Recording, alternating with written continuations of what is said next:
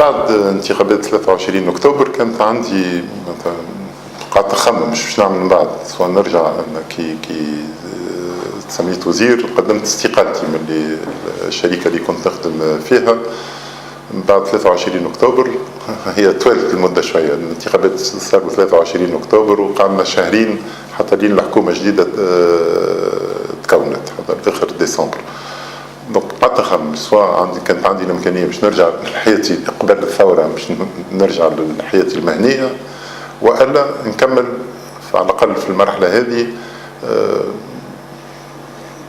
مهما كان الموقع بتاعي كيفاش نجم نعاون في المرحلة هذه وش نجم كيفاش بكونتريبيوي للانتقال الديمقراطي. شفت اللي معناتها يمكن خاطر كنت ان كونتاكت مع الشباب هذا وحكيت معاهم وقلت لهم راهو مش من بعد معناتها مش نكمل. اولا المؤسسة Education for Employment معناتها كملنا فيما يخص نرجعها من بعد فيما يخص التكوين وفيما يخص التشغيل، ومن بعد فيما يخص السياسة شفت ضرورية توحيد القوى التقدمية والديمقراطية في المرحلة هذيك. بديت الحوار مع الحزب البي دي بي، مع إفاق، مع القطب في المرحلة هذيك، مع طرف آخرين، مع مستقلين زادة. بدينا نحكيو نشوف كيفاش نجموا نوحدوا القوى هذم، خاطر النتائج بتاع 23 أكتوبر ما نساوش الحزب الثاني هو حزب الأصوات الضايعة نجموا نقولوا، وباش ننجحوا الانتقال الديمقراطي لابد مش تبدا توازن تاع القوى وإمكانية تداول على السلطة. وظهر لي كانت معناتها لابد مش أشخاص مهما كانت موقعهم يكونتريبيو في المرحلة هذيك لتوحيد ومش نحققوا إمكانية التداول على السلطة كل احترام. ومن النتائج بتاع 23 أكتوبر الناس كلهم هذوكم هما النتائج اللي صاروا والناس كل تحترمهم، أما لابد مش تبدأ عنا قراءة اللي الحزب الثاني هو حزب الأصوات الضائعة. دونك صاروا نقاشات مع كثير من الأطراف، وقلتها أنا من الأول أول عملية متاع توحيد قوى والانصهار متاع أحزاب ما بيناتهم أنا باش ندخل فيهم. دونك من أول جانفي ما بين البي دي بي، حزب إفاق تونس، حزب الجمهوري اللي كان في القطب، حزب الجمهوري صغير كيف نعيطوا له اليوم، بعض المستقلين كسي سلاح الدين زحاف وأنا قررنا باش نكونوا حزب الاسم زال، وكملنا النقاش مع القطب اللي ولا المسار من بعد باش نوحدوا القوى هذا. وصلنا حتى لين 9 أبريل 2012 وين تولد حزب الجمهوري وخذيت مسؤولية في حزب الجمهوري، وكان حتى حاجة ظهرت لي طبيعية باش ندخل في الحزب هذا. ومعناتها معناتها ظهر لي حتى المبادئ اللي تقربنا ما بين الأشخاص اللي في الحزب هذا كانت واضحة فيما يخص الأولويات، فيما يخص الاتجاه السياسي، فيما يخص الخط السياسي بتاع الحزب هذا كان واضح فيما يخص إمكانية التداول على السلطة.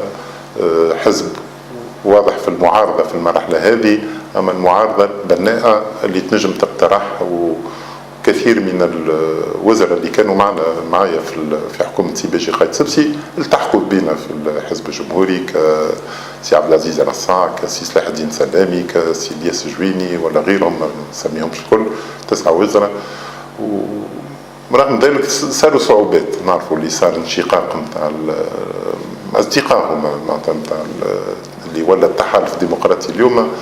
اما لازم نبدا واعيين اللي المرحله هذه معناتها مازلت مش خاصه فيما يخص الساحه السياسيه باش طالب وقت بور لا ريكومبوزيسيون بوليتيك، باش طالب وقت.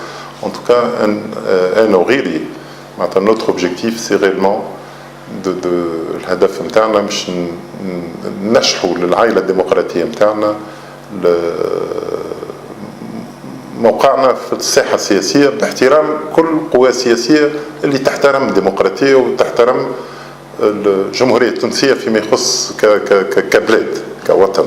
مش دونك ظهر لي بعد صعوبات صاروا من غير ما نرجعوا لهم اللي قلت لك الانشقاق، تكون حزب نداء تونس، وشفنا مع كثير اللي لابد باش نكملوا في العقليه نتاع توحيد القوى التقدميه، وهذاك علاش من الاول بدينا مع اشخاص اخرين في المبادره نتاع الاتحاد اللي ولا الاتحاد من اجل تونس في شهر جانفي الفارط، ولا الاتحاد من اجل تونس. ويظهر لي هذاك هو اللي كان ما نحبوش الظروف نتاع الفشل المستمر، لابد باش تبدا عندنا جبهه واضحه، مشروع سياسي واضح على كل جانب، جانب الاقتصادي، جانب السياسي اولا، المواقف السياسيه تبدا ما بين الاطراف اللي في الجبهه ولا في الاتحاد من اجل تونس تبدا واضحه، مواقف سياسيه. من بعد يبدا عندنا برنامج وقاعدين نخدموا عليه، برنامج اقتصادي اجتماعي ثقافي، وفيما يخص اصلاح معناتها ضروري، خاصة إصلاح نتاع التعليم، إصلاح نتاع القانون الجبائي، كل قاعدين نخدموا على المشاريع هذم. وأعلنا في آخر جانفي نهار 29 جانفي باحترام الديمقراطية داخل حزبنا نتاع تكوين، ولا ماشيين في التكوين نتاع جبهة مع حزب نداء تونس مع المسار، بعد التحقوا زوز أحزاب، الحزب الاشتراكي والحزب العود. وظهر لي معناتها مازالت خدمة قدامنا، وضرورية باش غدوة تبدا عندنا الإمكانية باش ندخلوا. احنا مازلنا ما احناش في الحملة الانتخابية نجم نقولوا، أما لابد باش نمشيو أمام الشعب باش نقولوا لهم أو شكون الاتحاد من أجل تونس، أو باش نعملوا مع شكون باش نعملوه بكل وضوح وبكل مصداقية. وهذاك هو التمشي نتاعي نتاع توحيد القوى اللي تأمن تونس وتأمن مستقبل تونس وتأمن بالهوية التونسية، الهوية التونسية بكل جانب نتاع الهوية التونسية. دونك المسيرة مازالت طويلة شوية، أما بلادنا والشباب نتاعنا يستحق هالكفاح وهالمجهود ما بين كل الأطراف. يظهر لي باحترام نعودها كل الأطراف اللي تحترم القواعد نتاع الديمقراطية في البلاد، نحترموهم الكل.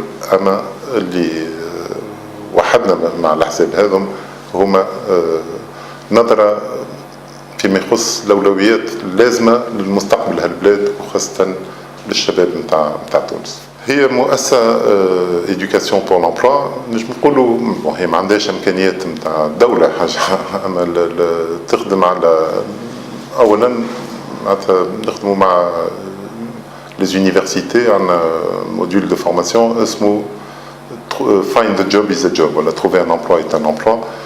باش يظهر لي لابد معناتها التحليل نتاعي كي كنت في وزارة التكوين والتشغيل، لابد باش نخدموا مع لي زيتيديون قبل ما يتخرجوا، باش هما بيدهم يبداو عندهم نظرة واضحة فيما يخص سوق الشغل، فيما يخص الكفاءات الأساسية اللي لازم يكسبوها باش يقويوا في التشغيلية وفي الإمكانيات غدوة، إمكانياتهم باش يلقاو خدمة على سوق الشغل. دونك هذا نخدموا مع لي زيتيديون نقول. من بعد ثم برنامج واحد آخر وين نتعاملوا مع مؤسسات من القطاع الخاص، نشوفوا معهم شنو هما الإمكانيات نتاع دو ديفلوبمون نتاعهم على فترة نتاع 6 أشهر ولا نتاع عام، ونتعاملوا معهم نشوفوا شنو هما الكفاءات ولا شنو هما لي كاليفيكاسيون اللي حاجتهم بهم، والصعوبات اللي عندهم باش يلقاوهم على سوق الشغل اليوم. بعد توجهوا للشباب ونعطيهم تكوين تكميلي، اما avec non pas la garantie اما la perspective d'un emploi réel. وما توصلنا اليوم في فترة عام نجم نقولوا من اللي بدينا حققنا أكثر من 300 شاب لقاء خدمة بالمشروع هذا، ما عندناش. وكوننا في الجامعة أكثر من 1000 طلبة في الفورماسيون trouver un emploi est un emploi، باش أولا معناتها toutes les techniques de recherche d'emploi. احنا حاطين لرواحنا ان اوبجيكتيف على الاقل 80% يدخلوا يخدموا بصفه مش مهمشه. دونك نقعدوا نتبعوهم حتى كي يلقاو بلاصتهم في الشركه اللي نتعاملوا معاها، نقعدوا نتبعوهم على فتره نتاع على الاقل 6 أشهر، مش الاندماج يتحقق بصفه مستمره في الشركه اللي يخدموا معها. والحمد لله اليوم وصلنا قلت لك اكثر من 300 في العام الأول، ونتمنى العام الجاي نوصلوا ل1000 شاب وشابة يلقاو بلاصتهم في الشركات اللي نتعاملوا معهم، وهذه فرصة مش نتوجه للشركات اللي عندهم ان بلان ديفلوبمون واضح، ولا على الاقل ان بلان ديفلوبمون في المستقبل، وعندهم صعوبات باش يلقاو الكفاءات ولا باش يلقاو لي كاليفيكاسيون على سوق الشغل اللي نجموا يتعاملوا معنا، باش نعاونوهم في التكوين، ومن طبعا نعاونوا الشباب نتاعنا ونعاونوا بلادنا. خاطر كيف ما قلت قبيله، الأولوية في المرحلة هذه هي العدالة الاجتماعية، والعدالة الاجتماعية ما تنجم تكون كان بالتشغيل، حتى الكرامة ما تكون كان بالتشغيل للشباب. ثم صعوبات أخرى معروفة، أما لابد باش نركزوا على التشغيل خاصة نتاع الشباب. وعلاش مركزين، وعلاش يمكن أن نحكي برشا على التشغيل نتاع المتخرجين التعليم العالي؟ خاطر كان نحلوا مشكلة تشغيل المتخرجين التعليم العالي، نحلوا مشكلة البطالة في البلاد. خاطر كل متخرج من التعليم العالي يلقى خدمة دو مانيير ماكرو ايكونوميك، زوز ولا ثلاثة اللي ما همش متخرجين من التعليم العالي مش يخدموا دون لا فولي. دونك نحلوا غادي من عندنا مشكلة هيكلية كيف ما قلت قبيلة، 75 متخرجين كان 25,000 ولا ما بين 20 و 25,000 فرص شغل للكاتيجوري هذم. دونك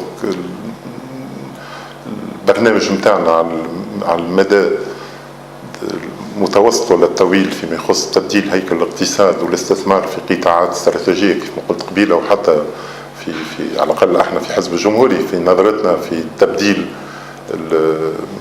نتعداو من سياسة نتاع تنمية جهوية لسياسة جهوية، بين كل جهة كبيرة تبدأ عندها ولا كل تقسيم البلاد الأقاليم، وكل جهة كبيرة تبدأ عندها خصوصيات مش تبدا حتى السياسه نتاع الدوله فيما يخص التعليم، فيما يخص التكوين، فيما يخص البحث العلمي، وفيما يخص حتى التشجيع للاستثمار يبدا مرتبط ويعطي نتائج فعليه مش بالكلام. اما هذا باش يعطي نتائج تتطلب وقت، لابد باش تبدا عندنا برنامج على المدى القصير، بحث نشيط عن العمل، وتبدا عندنا زاد اجراءات في البرنامج نتاعنا فيما يخص التشجيع خاطر نقطة الانطلاق باقي نشوفوا شنو هيكل الاقتصاد نتاعنا. هو مؤسسات صغرى معناتها، ولابد مش مؤسسات صغرى هذا نركزوا عليهم. اليوم أنا يظهر لي كي نشوفوا عدد المؤسسات اللي عندهم ان سول امبلويي حاجة غير طبيعية في بلاد. دونك لابد ما نركزوش كان على تكوين مؤسسات جدد اللي 80% نتاعهم بعد عام ولا عامين يفشلوا، اما نشوفوا كيفاش المؤسسات الموجوده اليوم في البلاد كيفاش اولا تولي تدخل في السيكتور فورمال، وثانيا تبدا عندها الامكانيه دو سو ديفلوبي. دونك سي سكون ابل ان بلان مارشال بور لي توت بيتيت انتربريز وين ثما فرص شغل اللي ماهيش مستغله اليوم. واحنا في المؤسسه نتاع ايدوكاسيون بور لومبلوا نتعاونوا مع المؤسسات، كل المؤسسات اللي بارتنير نتاعنا، مش كي تبدا عندها صعوبات فيما يخص الانتداب خاطر ما تلقاش لي كاليفيكاسيون، احنا ناخذوا لا ريسبونسابيلتي اما لاكسيون باش نوصلوهم حتى لين يبداو عندهم الكفاءات مش يعديو لونتروتيان دامبوش، والمؤسسه تقعد هي بيان انتوندو سول جوج دو ريكروتي ولا با ريكروتي. بدينا مع في جندوبه، في قروان، في قفصه، وفي جابس، بعد كملنا في زغوان وتو في صفاقس وفي سوسة. خاطر هذوكم هم علاش الأربعة الأولانيين، خاطر غادي وين ثم أكثر صعوبات فيما يخص التشغيلية نتاع المتخرجين من الجامعات نتاع قفصة، جابس، جندوبة وقروان. وما احناش احنا قاعدين نكونوا، احنا بدينا أول مرة كونا المكونين مش غدوة هما يبداو. دونك لو cursus ولا معناتها داخل في en tout cas dans certaines universités le trouver un emploi est un emploi. ولا عملنا يظهر لي البرنامج ولا الاسبري نتاع البرنامج نتاع امل لابد مش نرجعوه، خاطر كي تبدا عندك 300 عاطلة على العمل اكثر عنده شهادة عليا، اللي قام مجهود باش ياخذ شهادة عليا encore une fois لازم الكاليفيكاسيون نتاعو ولا الشهادة اللي خذاها ما تساويش شنو سوق الشغل قاعد طالب اليوم. لابد مش نعطيو une formation complémentaire avec une perspective d'emploi. Donc il faut rentrer dans un cercle vertueux. Aujourd'hui on est dans un cercle vicieux, aucune perspective d'emploi. Donc identifier les potentialités d'emploi وهذا ما يتعمل كان تبديل حتى حتى ثقافة الحوار وثقافة التعامل ما بين كل الأطراف ما بين الأعراف que ce soit l'UTICA ou les fédérations professionnelles, النقابة, الدولة والشباب. الشباب doit être au centre de tout ça et avec les régions pour faire ce qu'on appelle une politique active d'emploi. Une politique active d'emploi, c'est de stimuler le développement économique pour créer des possibilités d'emploi. Sur le moyen terme, le long terme, il faut des réformes structurelles essentielles. Il faut réformer la fiscalité Fulbled qui est totalement injuste aujourd'hui et qui est même à l'encontre de la création d'emplois. Le message, ça ne peut être que le shabab bledna, qui est la force, pas bledna. Il faut que la confiance, vraiment qu'ils aient confiance, et pour avoir confiance, il faut qu'il y ait des acteurs la transition fibledna et avoir confiance de manière positive. Et la confiance, c'est un processus. Dans le لابد احنا كسبنا الحريه بعد 14 جانفي. اليوم لازم نبنيو مع بعضنا ثقافه الحوار وثقافه الحوار المنفتحه معناتها منفتحه خاطر بلادنا ما يكون عندها مستقبل كان ما يقعد بلاد منفتح على العالم كل العالم باحترام سياده تونس. اما هذا مستقبل البلاد ما مش يتبنى كان مع الشباب نتاعنا. والشباب اليوم يظهر لي لازم يبدا peut-être plus engagé في la transition démocratique. Et donc mon message c'est à cette jeunesse d'avoir la patience active quelque part, d'être des acteurs de cette transition. Alors le صعوبات اللي قاعدين ماشيين بها, moi je suis très optimiste مستقبل البلاد parce qu'on a tous les ingrédients pour réussir. رغم les risques, on a des risques, on a خطورات اليوم مش نوخروا بالتوالي etc. أما il faut se libérer d'un passé qui est un peu lourd صحيح et d'aller vers l'avant. Et plus que la transition politique اللي قاعدين عايشينها اليوم, لازم بلادنا on réussit la transition générationnelle sur tous les niveaux, y compris sur le plan politique. Il faut qu'on réussisse cette transition politique et je suis persuadé qu'on va la réussir. Voilà, donc un message d'espoir à nos jeunes en leur disant engagez-vous, quelles que soient vos opinions, engagez-vous de manière positive pour notre pays.